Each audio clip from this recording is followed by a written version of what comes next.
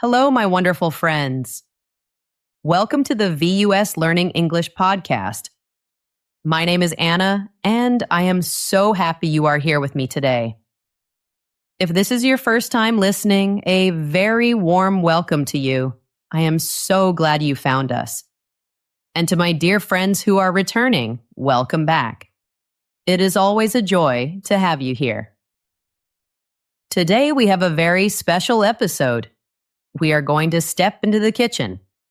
Yes, the kitchen. It is the heart of the home. And it is a perfect place to learn and practice English. We will learn many useful phrases for your daily kitchen routine. Thank you so much for choosing to spend your time here with me. I truly appreciate it. Learning a new language is a beautiful journey. And I am honored to be a small part of your journey. If you enjoy our time together, please think about following or subscribing to our podcast.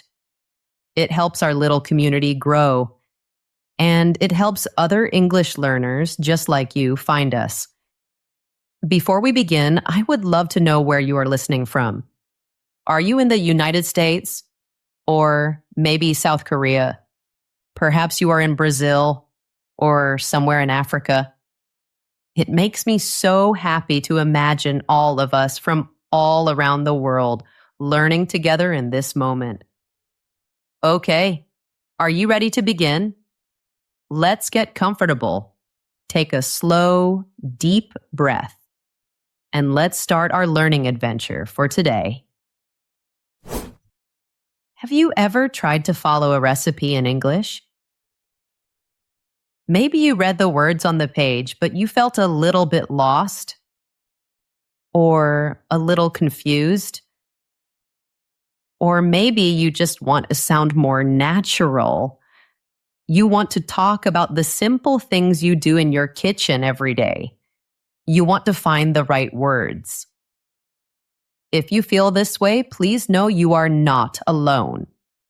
This is a very common feeling for English learners, but today we are going to change that. We are going to build your confidence. Today is a special day. You are about to follow a friend, a fellow English learner just like you. His name is Alex. We will watch Alex as he conquers his kitchen. And as he does, we will learn with him. We will pick up the most important phrases for cooking, for cleaning, and for all the little tasks in between. By the end of our time together, you will be able to talk about your own kitchen routine. You will feel like a pro. I promise. So, hello and welcome again. Today, we are stepping into one of the most important rooms in any home, the kitchen. For an English learner, the kitchen is more than just a place for food. It is a wonderful classroom. It is full of objects you can name. It is full of actions you can describe. And it is full of routines you can talk about in English. But sometimes finding the right words is hard, isn't it? You might know the word for a vegetable like onion. But how do you talk about cutting it? What is the word for that action? You might have a stove in your kitchen. But what is the phrase for starting it? How do you say that in a natural way? This is a common challenge, so please remember you are not alone in this feeling. Many learners feel the same way. That is why today we are doing something very special. We are going to follow our friend Alex. Alex is also learning English, and he is determined. He is determined to feel comfortable speaking English in his kitchen. We will join Alex for his whole journey. We will be with him from the very beginning. When he decides what to make for dinner, we will follow him through all the preparation and all the cooking. And we will stay with him all the way to the final cleanup. Think of this as a story and a lesson. all rolled into one beautiful experience. As Alex does each action, we will pause. We will stop and learn the exact English phrase for that action. We will talk about vocabulary for kitchen tools and for kitchen appliances. We will learn the verbs for different ways of cooking. And we will learn full sentences that you can start using in your own life today. We will repeat the phrases many times. This will help them really stick in your mind. It will help you remember them. Our goal today is simple. We want to help you go from feeling unsure in the kitchen to feeling totally empowered, to feeling strong and confident. By the end of this episode, you will not just have a list of new words. No, you will understand how to use these words. You will know how to use them in context. You will know how to tell the story of your own kitchen adventures. So, get ready.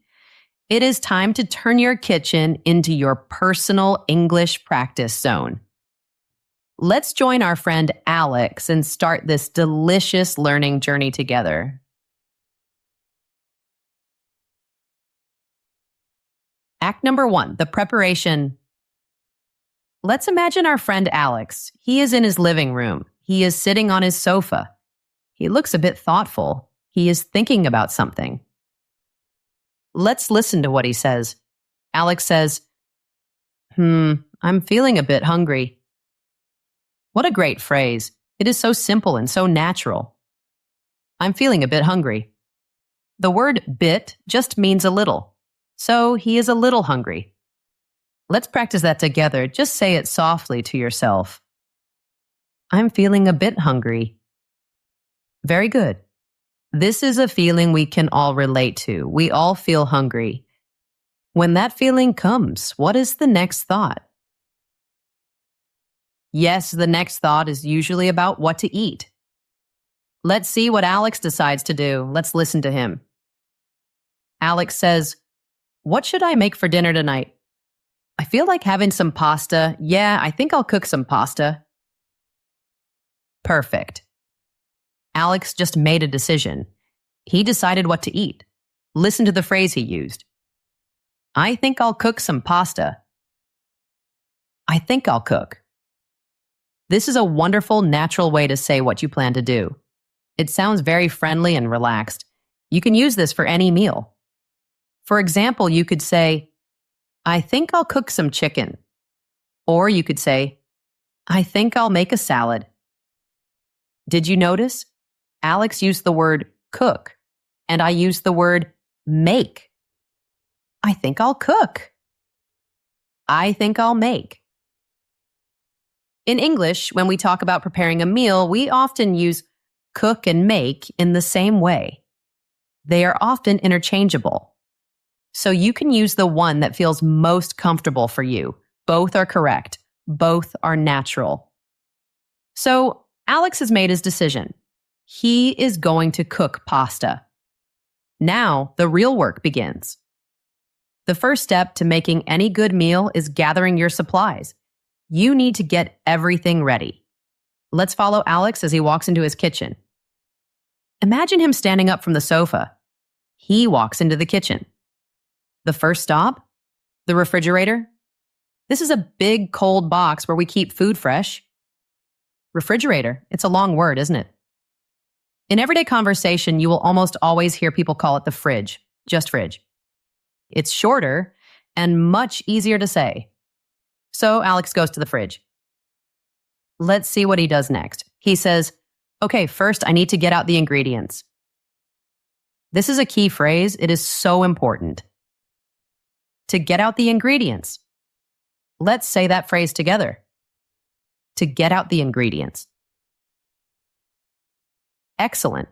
This phrase just means taking the food you need from where it is stored. You might get it from the fridge, or you might get it from a cupboard. Ingredients. What are ingredients? Ingredients are all the different food items you use to make a dish. If you make a salad, your ingredients are lettuce, tomatoes, and cucumbers.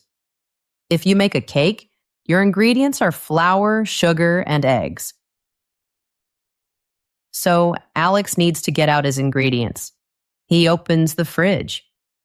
Imagine the cool air and the little light turning on. Let's look inside the fridge with Alex. What do we see? We can see some red tomatoes.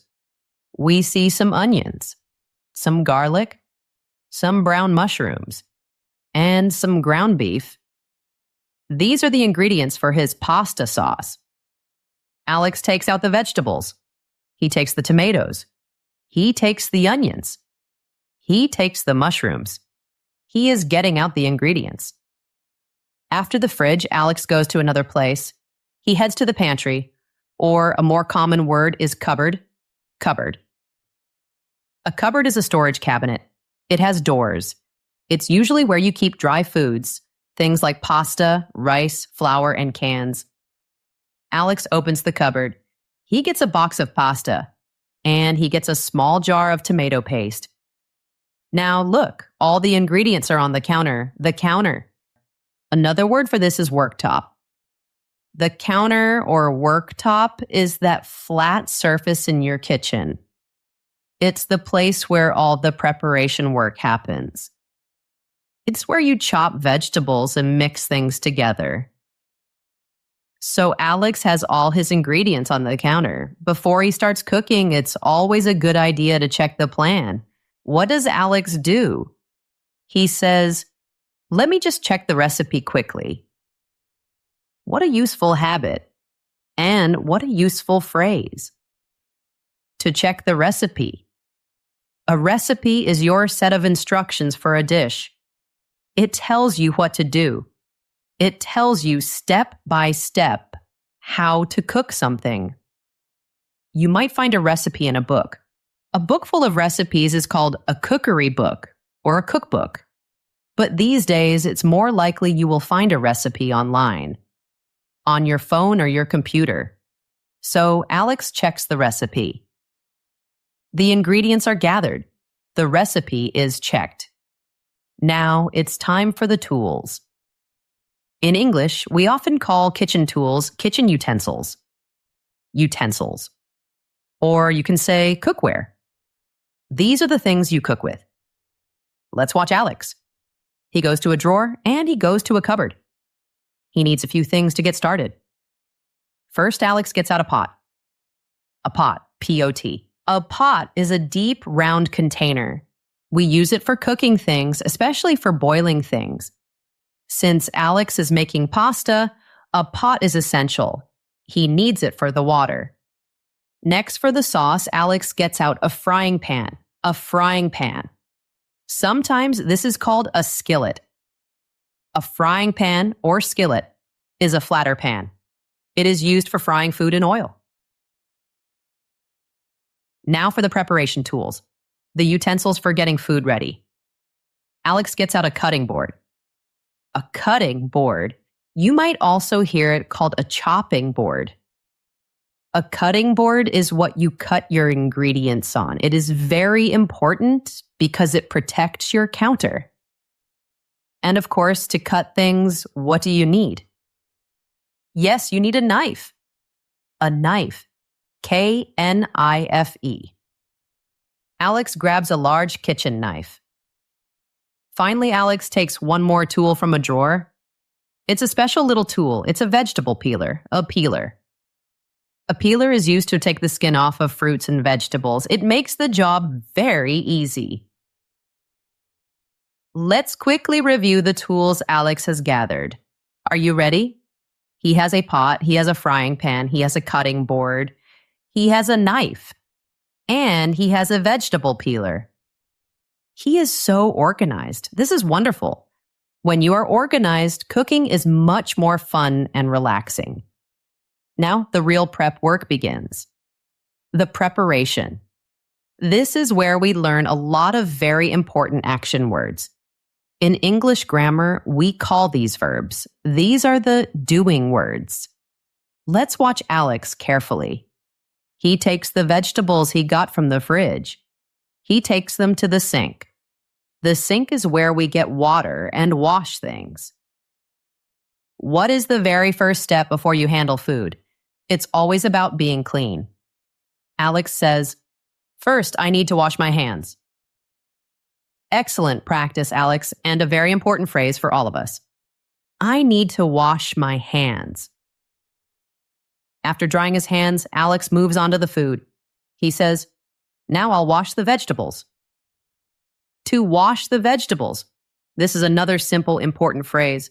Let's say it together. Wash the vegetables. Good. Alex puts the tomatoes and mushrooms into a special bowl. This bowl has many small holes in it. It is called a colander. Colander. C-O-L-A-N-D-E-R. A colander is perfect for washing food because the water can drain out through the holes. Alex holds the colander under the tap. The tap is where the water comes out in the sink. He rinses the vegetables. To rinse, R-I-N-S-E. To rinse means to wash something with clean water. You usually rinse to get rid of dirt or to get rid of soap. So Alex rinses the vegetables under the tap. Now the vegetables are clean. It's time to cut them. This is an exciting part. We are going to learn some very specific and useful verbs. Alex puts an onion on the cutting board. First, he needs to get that dry, papery outer skin off the onion. The verb for this action is peel, to peel. P-E-E-L. Alex says, I need to peel the onion.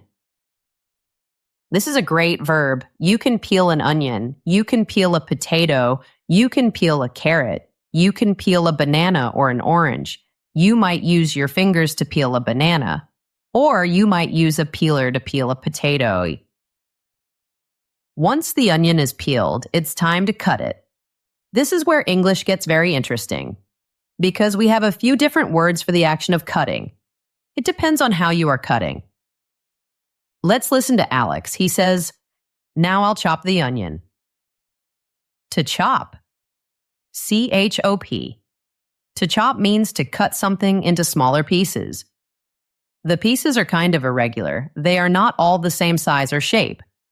Chop is a super common cooking verb. You will hear it all the time. I need to chop the vegetables. Let's practice it. Chop. Next, Alex takes the mushrooms.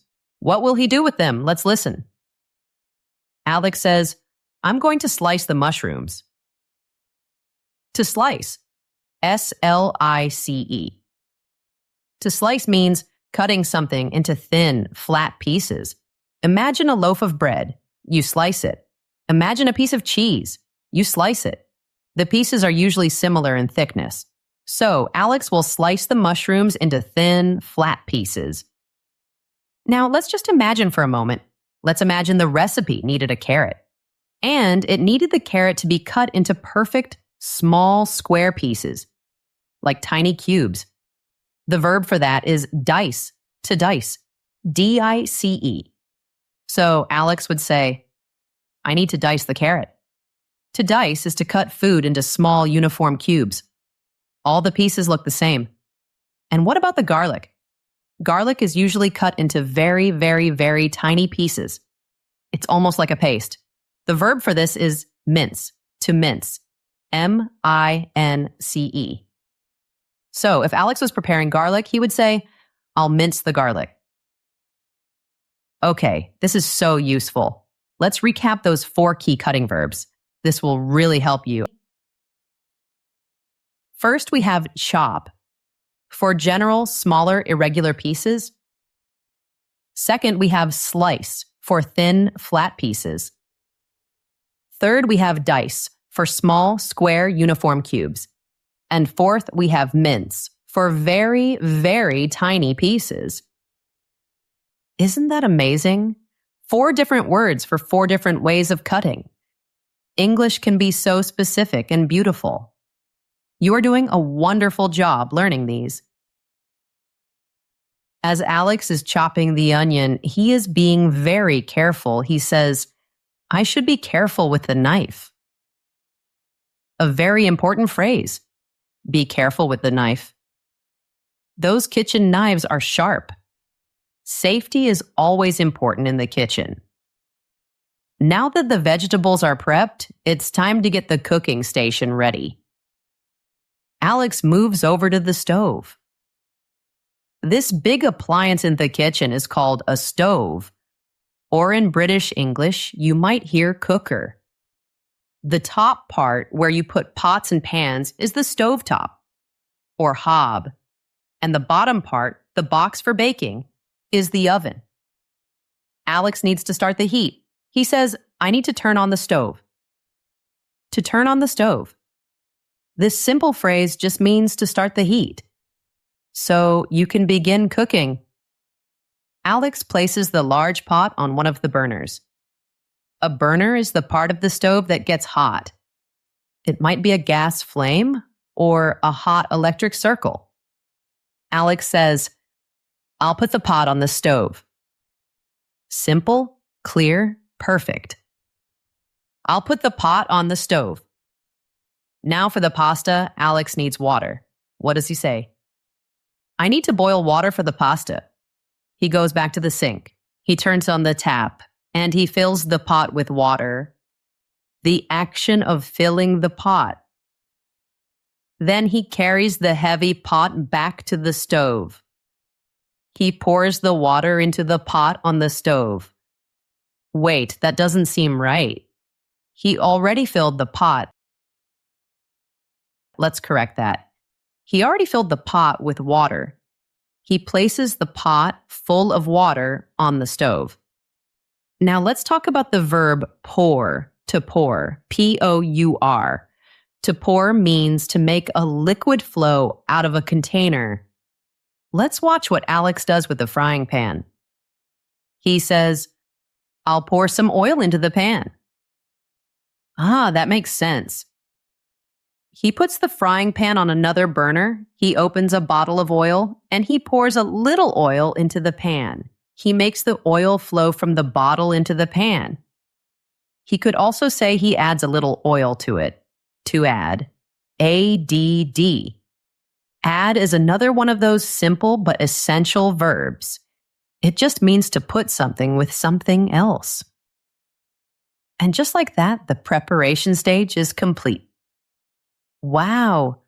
Let's quickly go over everything we learned in this first part. It was a lot, and you did so well to follow along. We started with Alex feeling hungry, and he decided what to cook. We learned how to get out the ingredients from the fridge and cupboards. We learned the names of key cookware like a pot and a frying pan. And we learned about utensils like a cutting board and a knife. Then we practiced so many wonderful action verbs. Do you remember them? Wash, rinse, peel, chop, slice, dice, and mince. Finally, we got the cooking station ready. We learned how to turn on the stove. We learned about filling the pot with water and adding oil to the pan. Alex did a fantastic job getting everything ready. This process has a special name in professional kitchens. It is a French phrase, mise en place. It means everything in its place. Preparing all your ingredients and tools first makes the cooking process so much smoother. It makes it more relaxing and enjoyable. It's a great strategy for cooking. And it's a great strategy for learning English too. Just break it down. Take it one step at a time. One small, manageable step at a time. Just like Alex did. And just like you are doing right now. Act number 2, the cooking process. All right, my friends, welcome back. Are you ready for the next step? Alex has prepped all his ingredients. He has all his tools ready. And now for the exciting part, the actual cooking. Can you imagine the kitchen? It's starting to warm up. And soon it's going to be filled with delicious smells. Let's rejoin our friend Alex at the stove. The pot of water has been on the stove for a few minutes now. The heat is on. Alex looks at the pot. He sees something happening to the water. He sees lots and lots of bubbles. He says, the water is boiling. The water is boiling. That is the perfect phrase for this. When water gets very hot, 100 degrees Celsius, it bubbles like crazy. This is called boiling, and it's the perfect time to cook the pasta. Alex opens the box of pasta. He adds the dry pasta to the boiling water. He says, I'll add the pasta to the pot. Now I need to stir it a little. To stir. S-T-I-R. To stir means moving a spoon or something similar around and around in a liquid or a mixture. Why does he stir the pasta? He stirs it to combine everything. In this case, stirring the pasta now keeps it from sticking together. No one likes a big clump of pasta. Alex is using a long wooden spoon for this task. While the pasta is cooking in the pot, Alex turns his attention to the other pan, the frying pan. The oil in the pan is now hot. Alex says, the pan is hot. I'll add the chopped onions. He carefully puts the chopped onions into the hot oil, and immediately we hear a sound. They start to sizzle. That sizzling sound is the sound of food frying, and the verb for this action is fry, to fry, F-R-Y. Let's listen to Alex. I'm going to fry the onions until they're soft. To fry means to cook food in hot oil or hot fat. There's another word you can use here. It is a French word that we use in English. The word is sauté. Sauté. S-A-U-T-E. Sautéing is just a specific kind of frying. It means you cook food quickly, in a little bit of fat, over pretty high heat. So Alex could also say, I will sauté the onions. Both fry and sauté are great words to use here. Alex keeps stirring the onions in the pan. This time, he is using a different utensil. He is using a spatula. Spatula. S-P-A-T-U-L-A. A spatula is a utensil with a broad, flat blade. It is great for mixing, for spreading, and for lifting food. After a few minutes, the onions are no longer white and hard. They are soft and translucent. You can almost see through them. Alex says, okay, the onions are ready. Time to add the garlic and ground beef. He adds the minced garlic and the meat to this pan. He uses the spatula to break up the meat into smaller pieces, and he mixes it with the onions. To mix, M-I-X. To mix means to combine things together. As the meat cooks, its color changes. It turns from pink to brown. This is how Alex knows it is cooking. Then he adds the rest of the vegetables. Alex says, now for the mushrooms and the rest of the ingredients. I'll also add the tomato paste and the chopped tomatoes. He combines everything together in the pan. The sauce is really coming together now. It looks so colorful and it smells amazing. Alex smiles. He takes a deep breath. He says, it smells delicious. That's a fantastic phrase to use.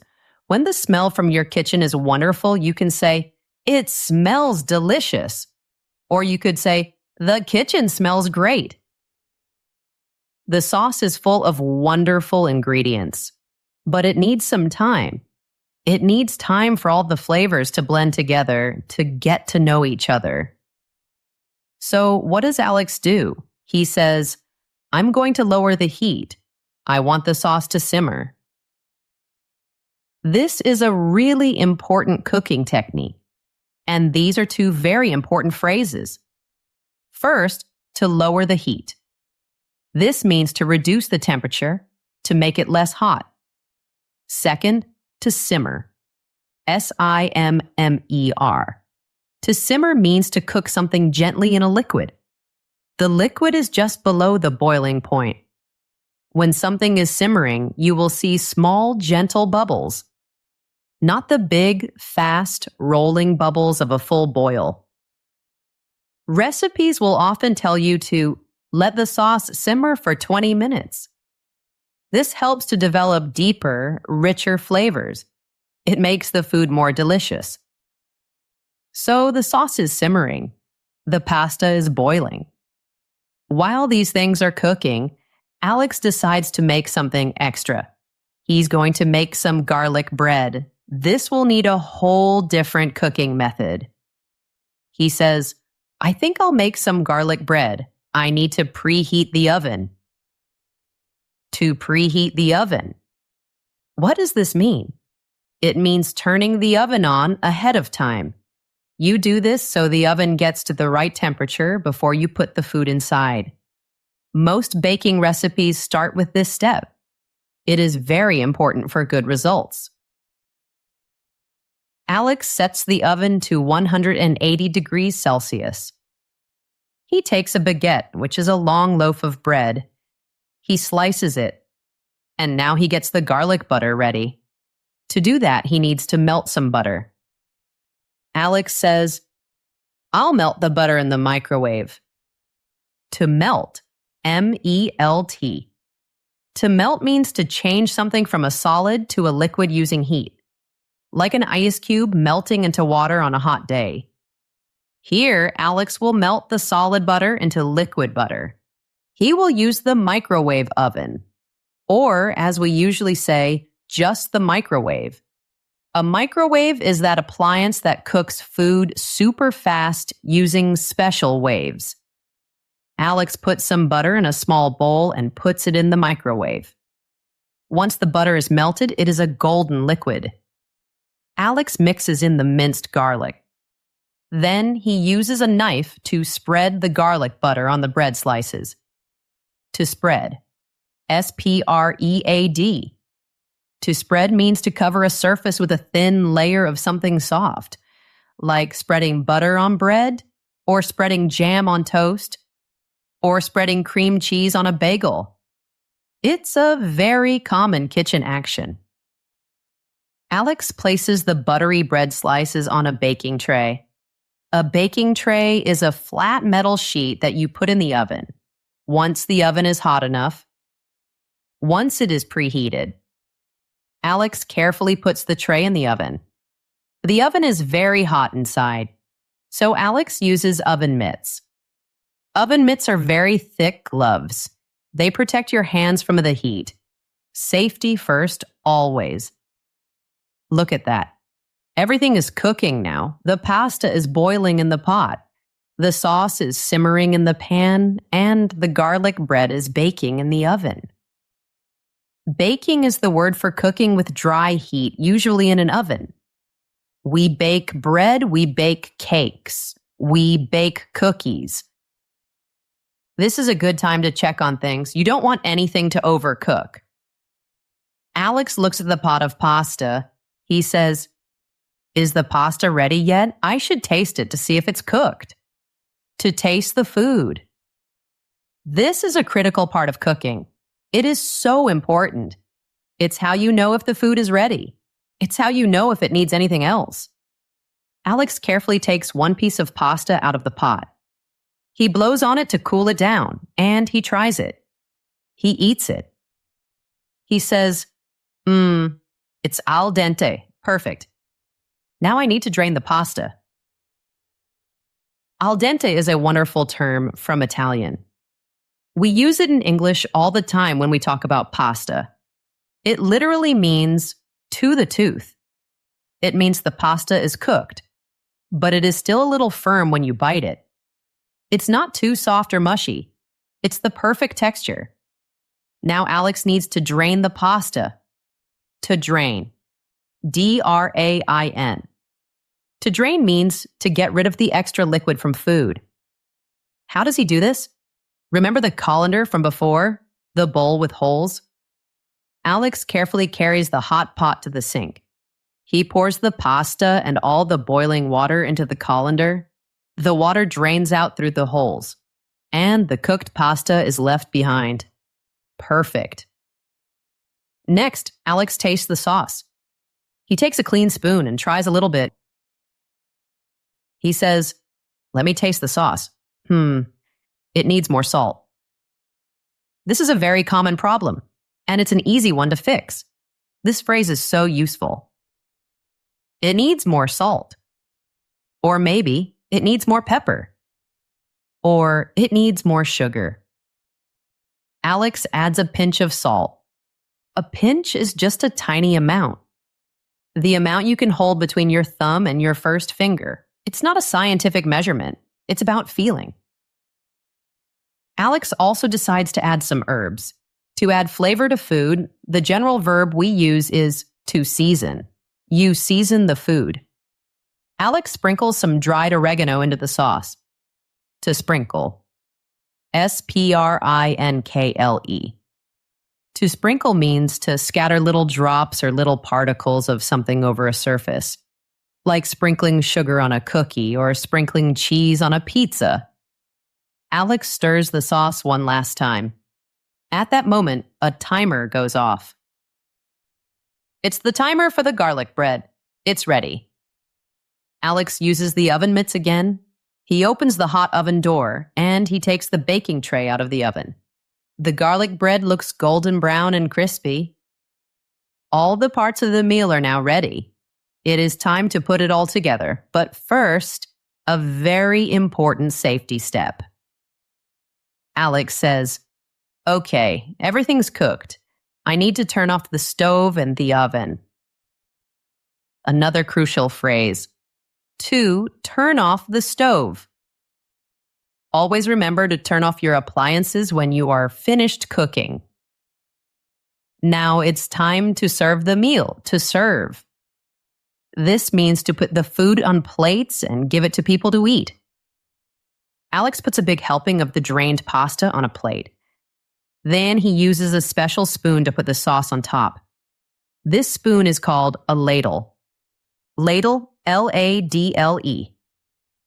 A ladle is a large, deep spoon with a long handle. It's made for serving liquid things like soup, stew, or sauce. Alex uses a ladle to spoon the rich red sauce over the pasta. Finally, he puts a few slices of the crispy garlic bread on the side of the plate. It looks so beautiful. But before he can eat, there is one last job to do. Alex says, "I need to set the table." To set the table. This means arranging the plates, utensils, and glasses on the dining table for a meal. Alex puts down a plate. He puts down a fork, a knife, and a spoon. These items, forks, knives, spoons, are known as cutlery, or in American English, silverware. Alex also puts out a napkin and a glass for some water. Now the meal is ready. The table is set. Alex looks at the beautiful plate of food he made. He feels proud. He feels happy. He says with a big smile, "Dinner is ready. Enjoy your meal." Enjoy your meal. This is the English version of bon appetit. It's a kind and polite thing to say before people start eating. Wow, what a fantastic job, Alex. Let's just take a moment to recap Act 2. We learned so many amazing verbs. Do you remember them? Boil, stir, fry, saute, mix, simmer, preheat, melt, spread, bake, taste, drain, season, and sprinkle. We also learned what to say when food needs a little help. It needs more salt. And we learned the names of more kitchen items: the microwave, the spatula, the baking tray, the oven mitts, and the ladle. Finally, we wrapped everything up by learning how to serve the food and how to set the table. Alex has successfully cooked a complete meal from start to finish, all while using a huge range of natural, useful English phrases. You have been learning right alongside him, and you are doing an amazing job. Let's take a short break, and then we will join Alex for the final part of his kitchen routine. Act number 3, the cleanup. That meal was a huge success. Alex really enjoyed his delicious homemade pasta. He is sitting at the table feeling happy and relaxed. He says, "That was delicious. I'm so full." These are great phrases to use after you have enjoyed a good meal. That was delicious. And I'm so full, which means you have eaten enough and you cannot eat anymore. But as we all know, the kitchen routine is not over yet. After the cooking and after the eating comes the final part, the cleanup. Some people don't like this part, but a clean kitchen is a happy kitchen. So let's learn the phrases Alex uses to get the job done. These phrases will make the task feel easier. The first step is dealing with the dining table. Alex stands up and says, "Time to clean up the kitchen. First, I'll clear the table." To clear the table. This phrase means removing all the dishes, the cutlery, the glasses, and anything else from the table after you have finished eating. Alex gathers his dirty plate, his glass, and his cutlery. But wait, what about the food that wasn't eaten? There is still some pasta left in the pan. Alex says, "I should put away the leftovers." Leftovers. This is a wonderful English word. Leftovers is the name for the food that is still there at the end of a meal. The food that is left over. And the phrase "to put away" means to store something in its proper place. So, to put away the leftovers means to store the extra food so you can eat it later. Alex gets a food container, a plastic or glass box with a lid. He puts the leftover pasta inside. He closes the lid tightly, and he places the container in the fridge to keep it fresh. Now with the table cleared and the leftovers put away, the main task is waiting. It is waiting at the kitchen sink. Imagine Alex standing in front of his sink. It is full of dirty pots, pans, and plates. He takes a breath and says, "Okay, now I have to do the dishes." To do the dishes. This is the most common phrase for this chore. You can also say to wash the dishes. Both phrases mean cleaning all the things you use to cook and eat your meal. There are two main ways to do the dishes. Alex is going to wash them by hand. First, he fills the sink with hot, soapy water. To do this, he uses something called dish soap. Dish soap. In British English, this is often called washing up liquid. He squeezes some of the soap into the running water. Lots of bubbles appear. Then, Alex grabs a sponge. A sponge is a soft block we use for cleaning. He could also use a dishcloth. He is ready to start cleaning. Now look at the pot he used for the sauce. Some of the sauce is dried and stuck to the bottom. It is difficult to clean. For this kind of tough, stuck-on food, the verb you need is scrub. To scrub, S-C-R-U-B. Alex says, "This pot is pretty dirty. I'll have to scrub it well." To scrub just means to rub something very hard in order to clean it. You use pressure and a strong motion. After scrubbing each item and getting it clean, you need to get the soap off. Alex says, "Now I'll rinse off the soap." Remember the verb to rinse? We used it to talk about washing vegetables. Here it is again. Alex holds the clean plate under clean running water from the tap. He does this to rinse all the soap bubbles away. So that is how you wash dishes by hand. You wash, you scrub if you need to, and you rinse. But what if you have a special machine to help you? Lots of modern kitchens have a dishwasher. A dishwasher is a machine that washes dishes automatically. If Alex were using a dishwasher, the phrases would be a bit different. First, he would probably still rinse off the worst of the food from the plates in the sink. Then he would load the dishwasher. To load the dishwasher means putting all the dirty dishes inside the machine. You have to arrange them carefully. After the dishwasher is loaded, you would add some special dishwasher detergent. And finally, you would run the dishwasher. This means you start the machine. So Alex has washed all his dishes by hand. After washing, the dishes are clean, but they are wet. They need to be dried. Alex says, "I'll dry the dishes with a tea towel." A tea towel. This is another name for a dish towel. It's a special cloth that is used only for drying washed dishes. Once all the dishes are dry, there is one final step. They need to be put back where they belong. Alex says, "Now I can put the dishes away." To put the dishes away. This is the opposite of getting the dishes out. Alex opens the cupboards. He neatly puts the clean plates, bowls, and glasses on the shelves. The pots and pans go into a lower cabinet, a bigger cupboard, and the cutlery, the forks, knives, and spoons, goes into a drawer. The dishes are done. What a good feeling. But the kitchen isn't quite clean yet. The surfaces, like the counter and the table, need some love.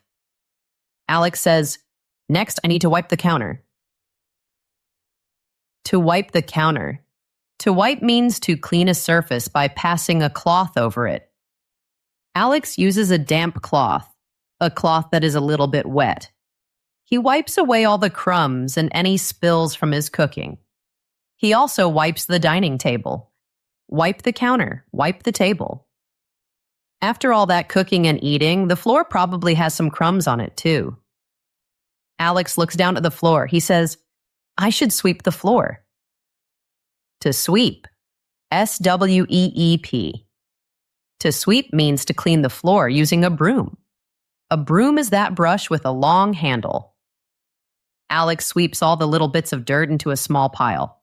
Then he uses a dustpan and brush. A dustpan is a small, flat container that you hold on the floor. You use the small brush to sweep the dirt into the dustpan. Then you can easily pick it all up. There is one last task. Alex says, "Now I just need to take out the trash." To take out the trash. In some places, people say garbage instead of trash.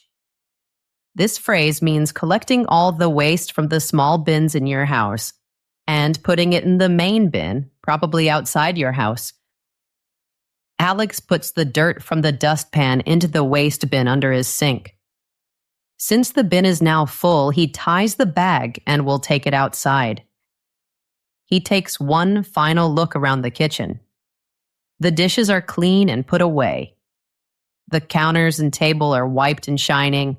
The floor is swept and clean. The stove is clean and cool. Alex smiles. He feels a sense of accomplishment. He says, "There, the kitchen is clean." What a transformation, and what a great feeling to end the day with. Let's do a very quick recap of our cleanup phrases. You learned so many useful things. We learned how to clear the table and how to put away the leftovers. We learned the essential phrase, "to do the dishes," and the powerful action verbs, scrub and rinse. We talked about how to load the dishwasher and run the dishwasher. We also learned how to dry the dishes with a tea towel and how to put them away. We finished our cleaning journey by wiping the counters, sweeping the floor with a broom and dustpan, and finally taking out the trash. By mastering these simple, clear phrases, you can confidently describe every step of the cleaning process. You can turn a daily chore, something you have to do, into a great opportunity to practice your English. You are building your skills one simple action at a time. And you should be very proud of that. What an incredible journey we just took with our friend Alex. We started with a simple, relatable feeling, the feeling of being a little hungry. And we followed every single step. We watched Alex as he planned his meal, as he prepared his ingredients, as he cooked a beautiful dinner, and as he cleaned up his entire kitchen. Just think about everything you just learned today. You learned how to talk about getting your ingredients out. You learned how to use a knife to chop, to slice, and to dice. You learned the difference between boiling water in a pot and frying food in a pan. You discovered how to simmer a sauce to build flavor. You learned how to preheat an oven before baking. And you saw why it is so important to taste your food as you go. And we did not stop there. We finished the entire routine. We learned all the phrases for doing the dishes, for wiping the counters, and for sweeping the floor. We left the kitchen sparkling clean and ready for a new day. Look at how many practical, useful, real-life phrases you have just added to your English vocabulary. These are not just words in a textbook. This is the language of everyday life. This is the English that people really use. The next time you're in your kitchen, I invite you to try something. Try to narrate your actions, just like we did with Alex. When you open the fridge, you can say to yourself, I am opening the fridge. When you stir a soup, you can whisper, I am stirring the soup. This is a powerful way to practice. You have seen how an English learner can conquer their kitchen. You have seen that it is possible, and now you have the tools to do the exact same thing. You have gained the confidence to turn a daily routine into a powerful English lesson. Congratulations on learning all these essential phrases. The kitchen is no longer a place of confusion. It is a place of creation, a place of delicious food, and a place of communication. Remember, my dear friend, that learning a language takes time. It is a journey, not a race. Please be patient with yourself. Be kind to yourself. Every single word you learn is a step forward. Every phrase you remember is a victory. Keep going. You are doing so well. Thank you so much for spending this time with me today. It was a pleasure to guide you through Alex's kitchen. Now it's your turn to practice. What is one phrase you learned today that you are excited to use in your own kitchen? If you feel comfortable, you can write it in a comment or a review. I would love to read it. Practice is the key to fluency, and this is a perfect way to start. And if you enjoyed this lesson and want more practical English episodes to build your confidence, please don't forget to subscribe or follow. It means you will never miss our time together. Thank you again for being here. Happy cooking and happy learning. See you next time, my friend.